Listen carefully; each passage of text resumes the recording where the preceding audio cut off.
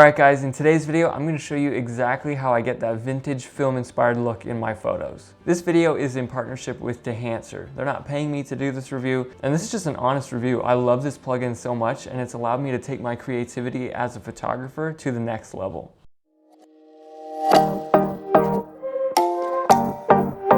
Alright, so jumping straight into Lightroom, this plugin is incredibly easy to use. Once you have it downloaded, all you're going to do is go into Lightroom, open up a photo, double click and press edit in Dehancer Lightroom plugin. Now it's going to give you this little pop-up here. You want to make sure that the resolution is 240, 16-bit, and sRGB, TIFF file, all that's good. And then it's just going to go ahead and open up the Dehancer interface. All right, this is what the Dehancer interface looks like. Let's go ahead and do a quick tour. So over here on the left-hand side, this is where all our different film stocks are. So they have a number of different films, and these are all real films that actual film photographers use. And they have multiple different brands to choose from. Now over here on this side is also presets. So you can go over here and actually, instead of making your own edits, you can just use some of the presets that the Dehancer team has already done for you. All right, and over here on the right-hand side, this is where we have all of our manual controls. So I'm gonna go ahead and show you exactly how I edit my photos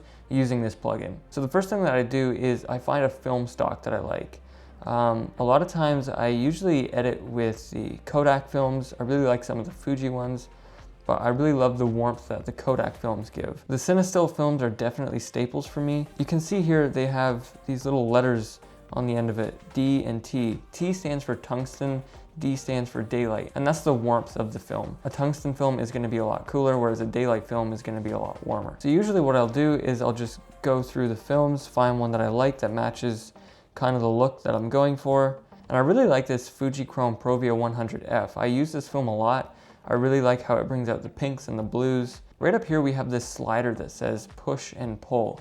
Now this is not actually the strength of the filter, this is the exposure. So you can see if I drag this either way, it's over or under exposing that image. And the reason that they've done this is because in real film photography, a lot of times film photographers will purposely over or underexpose their image because unlike digital photos where it just gets brighter and darker, over or underexposing actual film will change the colors and the contrast of the photo. So this is the ability to over and underexpose your image. And just like any slider in this program, if you double click it, it'll just go right back to zero. All right, and then coming over here to the right-hand side, first thing we have is source. And now this is where you can make like global edits. So anything you do here is going to affect the entire image as a whole. So for example, if I bring up this exposure, it's going to brighten the entire image, bring it down, going to darken the entire image. Temperature compensation, same thing. You can make your entire image warmer, cooler. Tint, you can make it more red, you can make it more green, and then you also have some defringing here as well. So anything under source is going to be a global edit. It's going to affect the entire image. Coming down here to film developer, let's go ahead and just turn that on. This is where you have things like contrast boost, gamma correction, color separation, color boost. So the difference between making edits under film developer instead of source is that any edits you make under film developer is going to react a lot more like real film would. So depending on how you change this contrast and color boost, it's going to act a lot more like real film than just applying a global edit under source. So I'm really happy with how this looks. Let's go ahead and go into film compression. So film compression, the first thing that we have here is impact. So depending on how much you bring this up or down, this is going to affect how much your edits are actually affecting the image. So if you drag this all the way down, whatever edits you make to the image in these sliders is not going to affect it as much. Whereas if you drag it all the way up, those edits are going to become a lot stronger. So the other thing you have here is white points. So you can go ahead and drag those whites all the way up, make them super bright, or you can go ahead, drag them all the way down and give it a more muted film kind of look. I usually leave that somewhere in the middle depending on the image. And then next we have tonal range.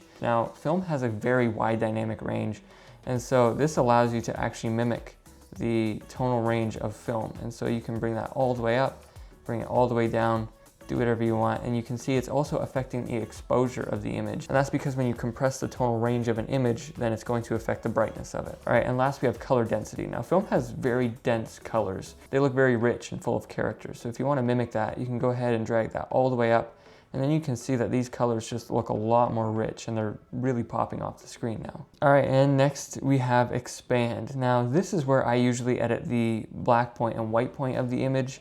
This is one of the best ways to make a digital photo look more like film.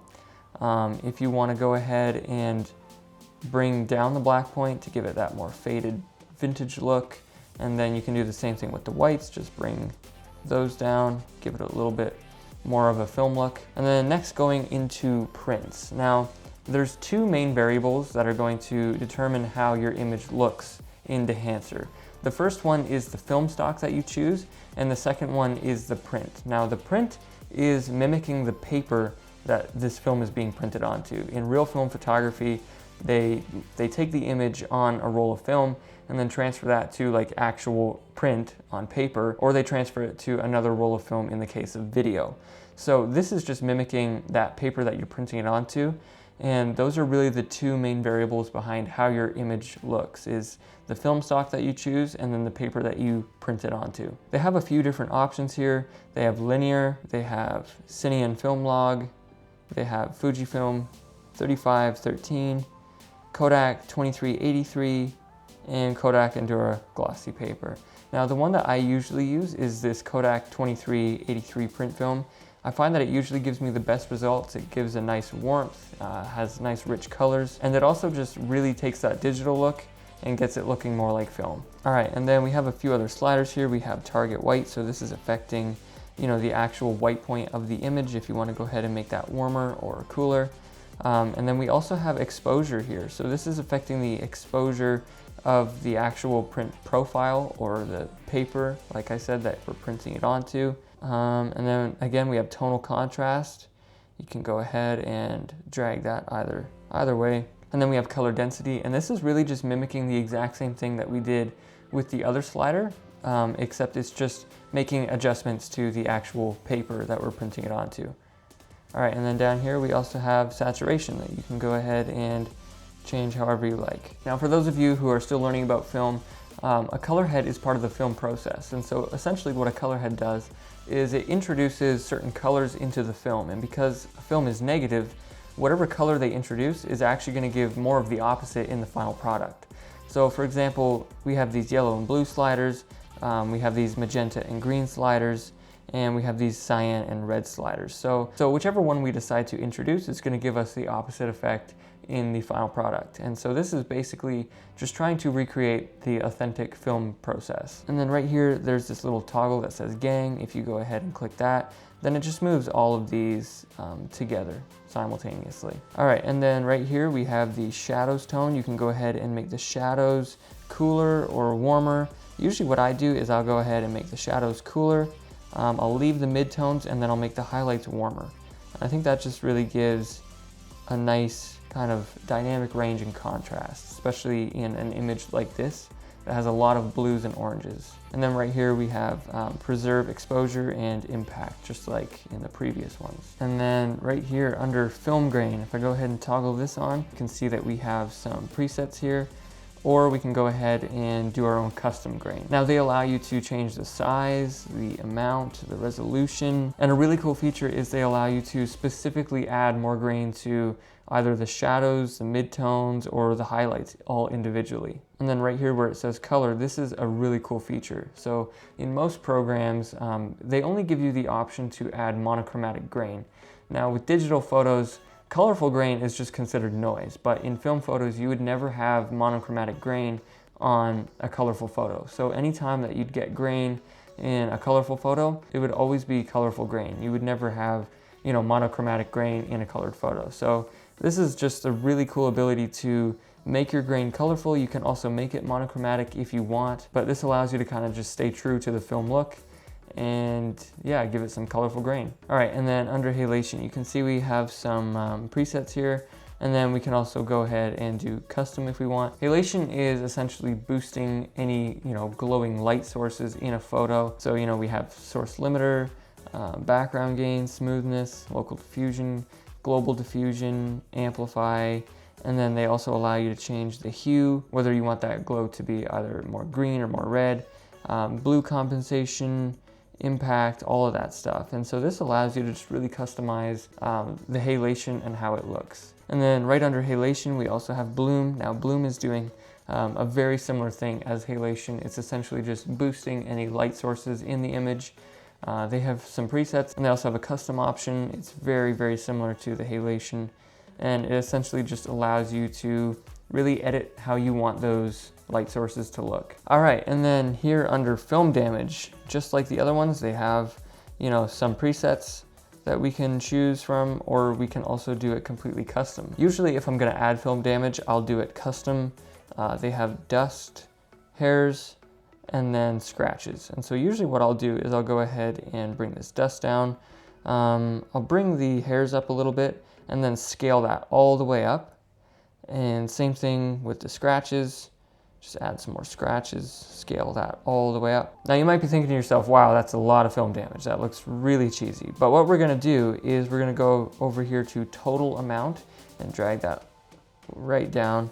And then we're also going to drag down the global opacity. So this is just really gonna affect how much damage there is overall in the image, and then also the opacity of that damage. So it just makes it look, you know, a lot more authentic. And then last but not least, we have vignette. Now this is a pretty standard vignette, very similar to other editing programs. You know, we can adjust the exposure of the vignette, we can adjust the size, and then we can also adjust the feathers. So if you want to be able to see kind of exactly what your vignette looks like, you can just drag that all the way down, and you know, you can see what shape it is, and then you can adjust that shape and drag the feather all the way back up. And that's exactly how I get the vintage film look using Dehancer. You can see if I go ahead and toggle this on and off, it takes a digital photo and turns it into something that looks like film, and it just has a lot of character. And it really just brings out that vintage film kind of look. Now, even though it's so much fun to edit with this manually, you can also choose from one of their presets, and that can really speed up your workflow. Now you can see here they have lots of different ones to choose from, different color presets, black and white presets, and you can really achieve some incredible film looks really just with a click of a button. If I toggle back and forth here, you can see what a difference these presets are making. All right, I'm gonna go back up here to last edits, and these are the edits that we just made, and I'm gonna show you how to export this. So once you're done editing your image and you're happy with how it looks, all you're gonna do is go ahead and click OK, and it's just gonna save it right to your Lightroom library. So you can see here it saves it as a separate image. Right here we have the original, and it's completely unaffected. So it's really cool that it does that, saves it as a completely separate image, and then you also have the original file, which is completely unaffected. So Dehancer is always going to save these as a TIFF file. What you want to do when you export it is save it as either a JPEG or a PNG file. All right guys, that's all I have for you today. Thank you so much for watching. Definitely go check out that other video I did reviewing the Dehancer mobile app. Definitely check out Dehancer, give it a try. I will link the discount code down in the description, and I will see you in the next one.